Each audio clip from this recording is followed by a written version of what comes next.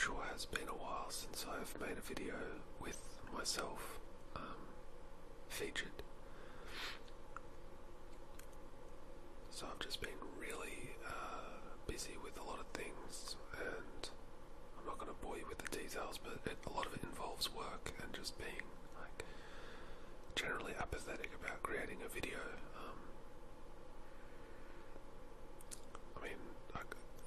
There was a certain time there where I was enjoying it, and then I just stopped enjoying it, but I'll get back to it soon. It's not like I plan on staying away forever. So what I have today, it's a bit impromptu. I don't really want to read anything or plan anything out on this one. Let me just adjust. Yeah, so there won't be any reading or any such in this video.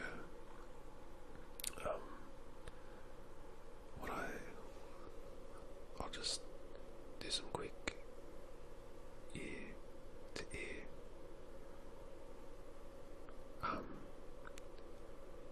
I really just want to show something off on this occasion, something that I made recently, and I'm quite proud of it, and at some point I'll probably do a separate video with that.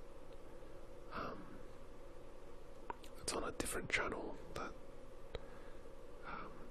that I've used for a long time actually, and I'll probably break down the process of how I actually made this, because I know that it's quite a popular device in terms of well, you'll see in a second, but they're quite sought after as a finished product, and they're quite expensive as a finished product, but assembling them, unless you have the know-how, or unless you go through a really good step-by-step guide, or have some inkling or understanding of electronics, then it won't really interest you. And I'm a bit of a nerd at heart. Like, I do tend to like to work things out, take them apart, understand how things function. So what I'll do first of all, I'll introduce you to the thing I made, and I've got two of them actually. I've made two, one for myself and the original, which was for my niece, which I have inside an enclosure. So that one I'll still show you as it stands and what the enclosure looks like, but the one that I built for myself, I haven't put it in an enclosure yet, and so I'll show you what the board looks like. I might do it in sections. Let's see, so I'll bring it over. Don't want to make too much noise.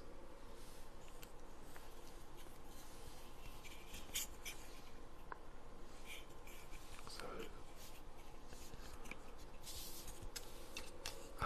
yeah, I assembled this.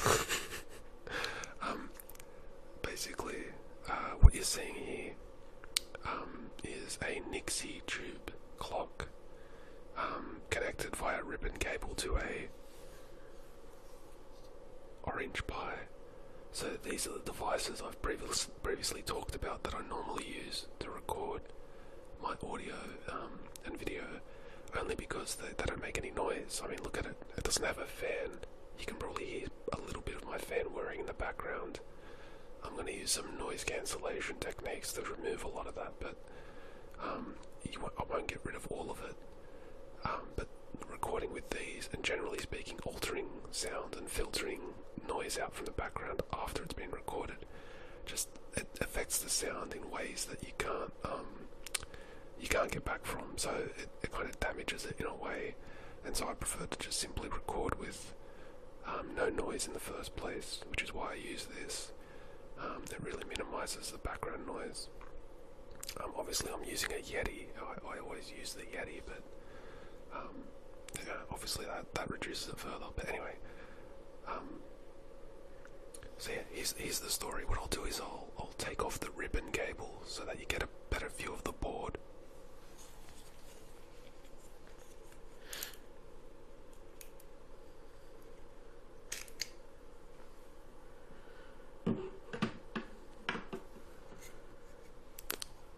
So I'll break down the basics just quickly.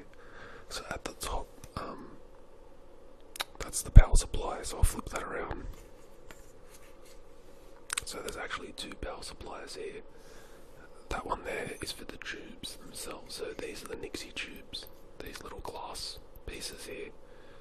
They're basically sealed, and inside is a gas. I haven't actually looked up which gas it is, to be honest, but we'll get into the details of this in a second. But these are the coolest things, and I'll show you what it looks like when it lights up. But yeah, it's fucking, excuse the swearing, but it's fucking amazing. I think anyway. That was a very Australian thing of me to do just then. Just swearing is almost a second language or second nature to us. But yeah, that's the 170 volt power supply, so you have to be careful with this stuff. Yeah, when this is powered on, you don't really want to touch this. So I've actually put warning stickers on my on the one in the enclosure, so that whoever's handling it understands that if they're opening the device, they might be dealing with some high voltage circuits.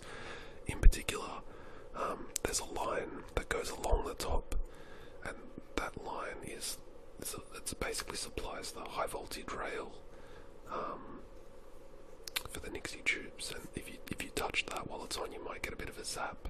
I mean, I don't think it'll kill you necessarily, but it'll definitely you'll definitely feel it, and it might cause you injury, damage to nerves, and who knows. I mean, we're talking about 170 volts, so yeah, don't play around with that, kids. So anyway, at the front here, so that there's where the ribbon cable plugs in, and I mean, I did this in a kind of lazy way, because there's a protocol that you can use called I2C, or I2C, and it kind of means that you don't need to use all these pins, but I'm a bit lazy sometimes, and so what I do is I just drive the inputs from the pins themselves, because I thought there's 40, like, I'm not going to use this I2C protocol or learn anything about it for now. I'll just output a bunch of stuff from the orange pie, this is a 1, this is a 0, etc. Like, I just work with it as it stands. But in short, you've got a bunch of chips here. So these 4 chips drive the digits on there. Now, the way it works is that there's 4 input pins on this chip. So there's 4 pins that take an input, and each one of those pins, so each one of the 4 pins, can have a 0 or a 1. But if you think about it, right, that means you can represent, how many numbers? Should be 16, 2 to the power of 4, so binary, 2 digits, a 0 or a 1, but you've got 4 places. We won't get into maths class right now, but you're all familiar with base 10 because you count to 10, and so if you have the number 100, that can be represented as 10 to the power of 2, 10 digits to the power of 2, right? 1,000 is 10 to the power of 3. Well, in binary, it's 2 to the power of. So in this case, we've got 4 inputs, and so that means you can go 0, 0, 0, 1. That would be a 1. 0, 0, 1, 0 would be a 2. 0, 0, 1, 1 would be a 3, etc. And that means you've got 16 places, but for these we can only really handle 12. 11. So 0 through to 9, but it also has a decimal place in it, and I haven't actually programmed the decimal place, but you can. So yeah, it's got 0 through to 9, which is 10 digits, and then a decimal. But basically, to give you the rundown quickly, so yeah, I output a digit and it illuminates on this. The power supply up at the top there is 170 volts, and then that power supply there outputs 5 volts. And so you can see here that I've got these pads where I've soldered everything to, that feeds over. Right, so that wire goes to there, into that. I bought this pre-made, so the actual power supplies, I didn't make the power supplies. I made the board, so the big green board here. I designed it myself for my niece, and obviously I've got my own copy. The price of these is crazy. I mean, I bought 5 of these for $35, manufactured in China. The majority of that cost was the shipping. The board itself, sorry, I should switch ears. The board itself only cost $4.50 for 5 boards. That's insane. What's that, 90 cents a board? It's crazy. So anyway, from the 12 volt power supply, so in here goes 12 volts into there. Out there comes 170, and out here comes 5. So there in this USB connector, it feeds over to this. Now this is a bit of a shortcut approach. So it turns out with these little orange pies that you can actually power them through their pins. So there's pins on this as well. Let me take this off. That's what she said. But yeah, there's a power input or output, but you can actually use it as an input as well, which is really cool. Now, I didn't do that for the one I've got over here in the enclosure. I did it for this one because I wanted to test it on this. I didn't want to ruin the other one. Like when I say ruin, I didn't want to experiment with it because it was already done and ready. But yeah, it's just a neater setup if you don't have more wires connected to it. It's just cleaner. So at some point, I might swap that one out or something. I don't know. But yeah, so we'll get to turning it on in a sec. I don't want to turn this one on because obviously the danger of touching it and holding it up and showing you. I mean, I could show you and like I'd leave it on a desk and then bring the camera over, but I'd rather just show you the one in the enclosure because it's pretty cool. And then I might just quickly show you the enclosure itself. Like, as in, I've got like a bit of a clean setup where I've got magnets closing it instead of a hinge. So I bought this box pre-manufactured and I cut holes into it and I painted it and so on, but it had hinges initially, so I didn't like the idea of hinges. I mean, hinges can look good, but I don't know, I just wanted a clean outer structure. I didn't want to mess around with it, so I got some powerful magnets and put those on. So yeah, I'll show you that next, and then I'll turn it on while I'm holding it maybe. So give me one sec. Is there something else? I'm just trying to think. Is there something else I wanted to go through? Oh yeah. So the other thing that I've built in, it kind of goes through a boot sequence, so I'll just quickly explain what it does. So when it boots up, the first thing it does is it reads, or it attempts to read from a USB thumb drive, so a USB disk, and it looks for a file on there, which is like a configuration file, and you can customize it. At the moment, there's only 2 settings for the Wi-Fi password, so you put in the Wi-Fi broadcast name or SSID and the Wi-Fi passphrase, and it connects to Wi-Fi. And that's obviously so you can open that file on your Windows machine or any machine and just edit it, save the file, put it in the USB slot, and it boots via that config. So if I take this over to someone's house and I wanna give it to them, or I gift it to them, I can just tell them, put in your Wi-Fi details into these 2 fields, and it'll boot up and connect. So the first thing it does is it looks for the config file. Then once it connects to Wi-Fi, it then syncs up the time to make sure the time is the local time. And then once it does that, what's the final thing? It goes through like a slot machine sequence, which you'll see. And it also establishes or attempts to establish a connection back to base.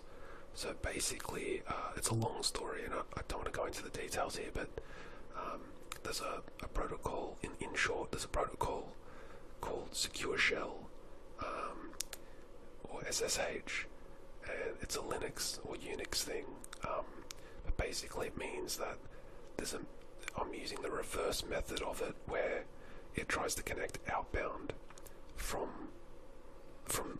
if I install it here or somewhere else. Let's say I take it to a friend's house and I deploy this and connect to their Wi-Fi, put in their Wi-Fi details on the config. It boots up and then connects back to base, so it tries to connect to me over here, and then I can control it locally. So I can go in and make changes or amend stuff, and that'll be the intention in the long term. So as I experiment with my one here, add features, and because obviously there's only 2 features right now, 2 config settings, I'm going to change that so that there's a lot more. In particular, I want to be able to customize the slot machine function, or the amount of time it takes before it goes through a sequence, like the slot machine sequence. So I'll explain why I do this in a second. There's so much to learn, guys. I'm so sorry. There's so much to go through. So I'm already at 17 minutes, Jesus Christ. Alright, what I'll do now is I'll show you the clock by itself without it being powered on, and then I'll power it on.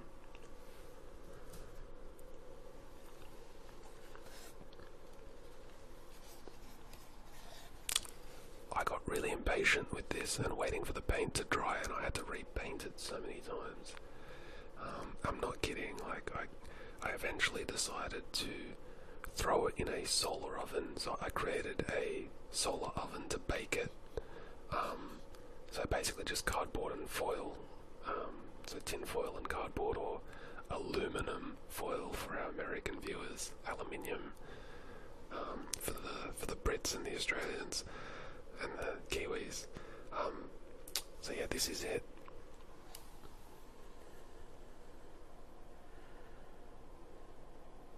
I hope that focuses.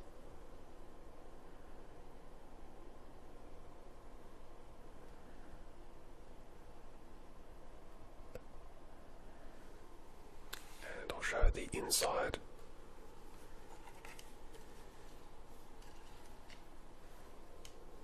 Don't drop it.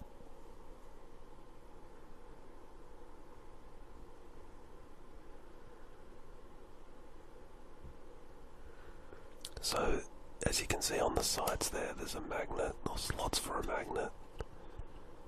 That's where the lid closes onto that, so it's a clean finish.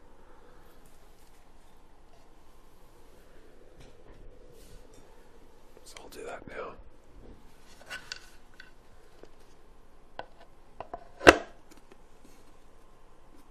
Got a little high voltage warning sticker.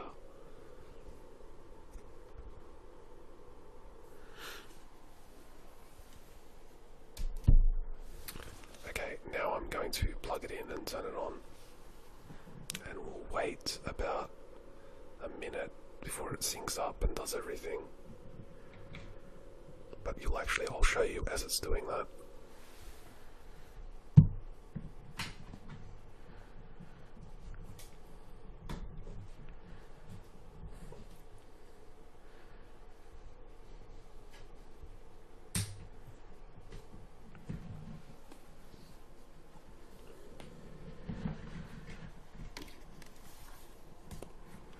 So it's going through its boot sequence now.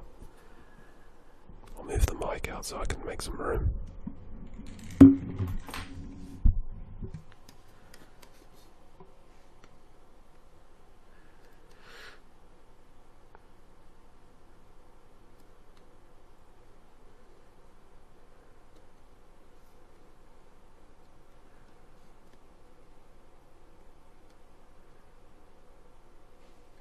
It takes a while. It sucks, but it's necessary. There we go. So yeah, that slot machine function, that happens every minute, and I want to customize that time. Okay, so it changed time, so therefore it ran again, because obviously the minute ticked over. But yeah, I just think this is the coolest thing. This is probably the coolest thing I've ever made in my life.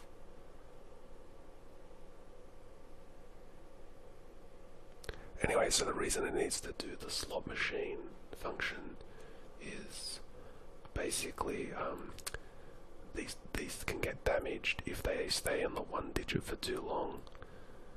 So think of it like dust gathering on an object, and it's called cathode poisoning. Basically, it builds up with the cathodes inside. They're all little metal digits. They're individual metallic digits, and they build up with I guess a residue of the gas. Like, I think the gas binds to it.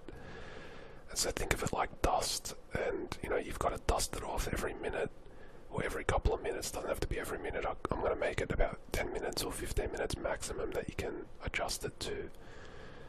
But just to be on the safe side. But yeah, I just think it's a cool function anyway. So every minute it just goes through a little slot machine sequence. But yeah, it's hard to get on camera, but there's kind of this blue. There's like a blue glow that occurs inside. It's almost like the gas is getting excited. It's so hard to see. It's so much cooler in real life. I know I've tried to capture it on camera, but you can't. I think it filters out the blue spectrum. It's like a purple blue. You can only really see the orange on the camera. I mean, I can see orange too, but there's also a blue that you can't really see on camera. Anyway, I'm gonna pack it up there. But yeah, I'm thinking of selling these as well, as in I'm gonna get all the electrical safety standards. I'm gonna get it assessed from a safety standpoint, and then look at like selling them on eBay. But yeah, fun times ahead. So thanks for watching, guys, and yeah, oh, by the way, little switch on the side. I just thought that was a feature I had to have.